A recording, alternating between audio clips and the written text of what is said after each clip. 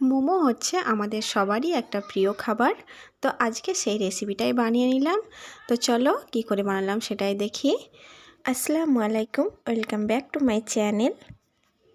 তো চলো মোমোটা কিভাবে বানাচ্ছি সেটাই তোমাদেরকে দেখিয়ে দিই। তো এখানে চিকেনটা আমি কিমা বানিয়ে নিয়েছি, তারপরে দিয়ে দিচ্ছি পেঁয়াজ কুচি, গাজর কুচি, আর দিয়ে দিচ্ছি ধনেপাতা কুচি, তারপর দিয়ে দেবো কাঁচা লঙ্কা কুচি, তারপর দিয়ে দিচ্ছি এখানে আদা কুচি, রসুন কুচি, আর দিয়ে দেবো পরিমাণ মতো লবণ আর পরিমাণ মতো গোলমরিচের গুঁড়ো। তারপর দিয়ে দেবো সামান্য সয়া সস, দিয়ে এটাকে ভালো করে মাখিয়ে ঢাকনা দিয়ে ফ্রিজে রেখে দেবো। তো এটা যতক্ষণ ফ্রিজে রাখছি চলো ততক্ষণ আমরা ময়দার ডোটা বানিয়ে নিই। তো ময়দাতে দিয়ে দিচ্ছি পরিমাণ মতো নুন ও সাদা তেল, দিয়ে হাতের মধ্যে চেপে চেপে এরকম করে তেলটা ময়দার মধ্যে মিক্স করে দিয়ে অল্প অল্প করে পানি দিয়ে একটা ডো বানিয়ে নেব। তো লুচি পরোটার মতো এই ডোটা অতটা নরমভাবে বানাতে হবে না, যত শক্ত হবে মোমো ততটাই সুন্দর হবে।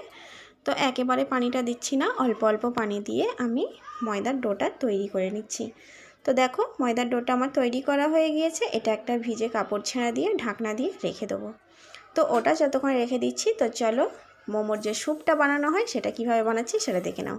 কড়াইটা বসিয়ে ওতে সাদা তেল দিয়ে আমি এই চিকেনগুলো দিয়ে পরিমাণ মতো পানি দিয়ে দিয়েছি।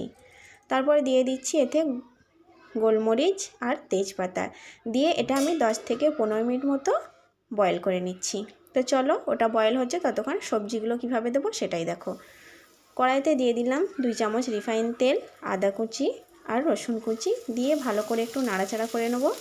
নাড়াচাড়া করে নেওয়ার পর এতে যে সবজিগুলো দেবো সেগুলো হচ্ছে গাজর, বিনস আর বাঁধাকপি। তো এইগুলো দিয়ে ভালো করে নাড়াচাড়া করে নিচ্ছি।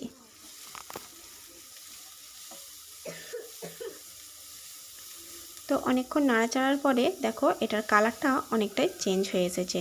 বয়েল করা যে চিকেনটা রেখেছিলাম সেই স্যুপটা আমি একটা স্ট্রেনারের মাধ্যমে ছেঁকে নিয়ে এটা এর মধ্যে দিয়ে দিচ্ছি। তারপরে এর মধ্যে দিয়ে দিচ্ছি সয়া সস। আমি সয়া সসটা একটু বেশিই দিচ্ছি, তোমরা অল্প দেবে।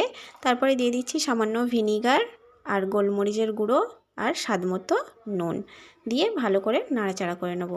নাড়াচাড়া করার পরে বয়েল করা যে চিকেনগুলো রেখেছিলাম সেই চিকেনগুলো আমি এতে ভালো করে ছোট ছোট টুকরো করে এর মধ্যে দিয়ে দিলাম, যাতে স্যুপটা খাওয়ার সময় এই চিকেনগুলো মুখে পড়লে খুবই টেস্ট লাগবে। তারপরে এর একটা থিকনেস ভাব আনার জন্য আমি এখানে 2 চামচ কর্নফ্লাওয়ার গুলে দিলাম, দিয়ে এটা নাড়িয়ে ফুটে গেলে আমি এটা নামিয়ে নেব। তো চলো স্যুপটা তো আমাদের তৈরি হয়ে গিয়েছে। তো এইবার মোমোর শেপ দেওয়ার পালা। তো চলে এলাম অনেকক্ষণ পর, ময়দাটা দেখো কতটা সুন্দর হয়ে গেছে। তো তারপরে এটা ছোট ছোট লেচি আমি কেটে নেব, যেমন লুচি বানানোর জন্য যে ছোট ছোট লেচি কাটা হয় সেই রকমভাবেই কেটে নিচ্ছি। তো তারপরে এটাকে ভালো করে পাতলা করে বেলে নেব, কারণ মোটা হলে মোমাগুলো খেতে খুব একটা ভালো লাগবে না। পাতলা করে বেলে শেপটা দিলে আর তারপরে স্টিম করে নেওয়ার পর ময়দার যে এটা পাতলা হলে খুব সুন্দর লাগবে খেতে। এই যে দেখো হয়ে গেছে। এইবার আমি মোমোর শেপটা দিয়ে দিচ্ছি।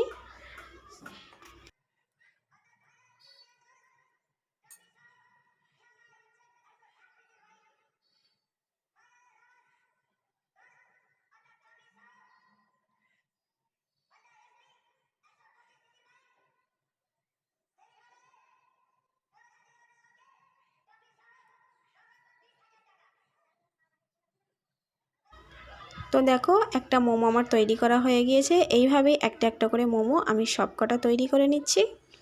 তো দেখো সবকটা মোমো আমার তৈরি করা হয়ে গিয়েছে। তো চলো এগুলোকে স্টিম করে নেওয়ার পালা। তো স্টিম করার জন্য আমি এই রকম একটা ছিদ্র করা বাসন নিয়েছি। তো বাসনটায় আমি অয়েল ব্রাশ করে দিচ্ছি, আর পানিটা আমি আগে থেকেই ফুটানোর জন্য রেখে দিয়েছিলাম। তো বাসনটার উপরে অয়েল ব্রাশ করে নিয়েছি, তার উপরে আমি এই মোমোগুলো দিয়ে দিচ্ছি। মোমোগুলো দিয়ে আমি এটা স্টিম হওয়ার জন্য ঢাকনা দিয়ে রেখে দেবো।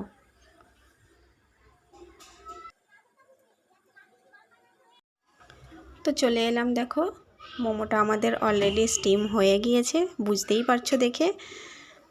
তো আজকের রেসিপি এটাই। তো আজকের ভিডিওটা আমার কেমন লাগলো কমেন্টে অবশ্যই জানিও। দেখা হচ্ছে পরের কোনো রান্নার ভিডিওর সাথে। সবাই ভালো থাকবে, সুস্থ থাকবে। আল্লাহ হাফেজ।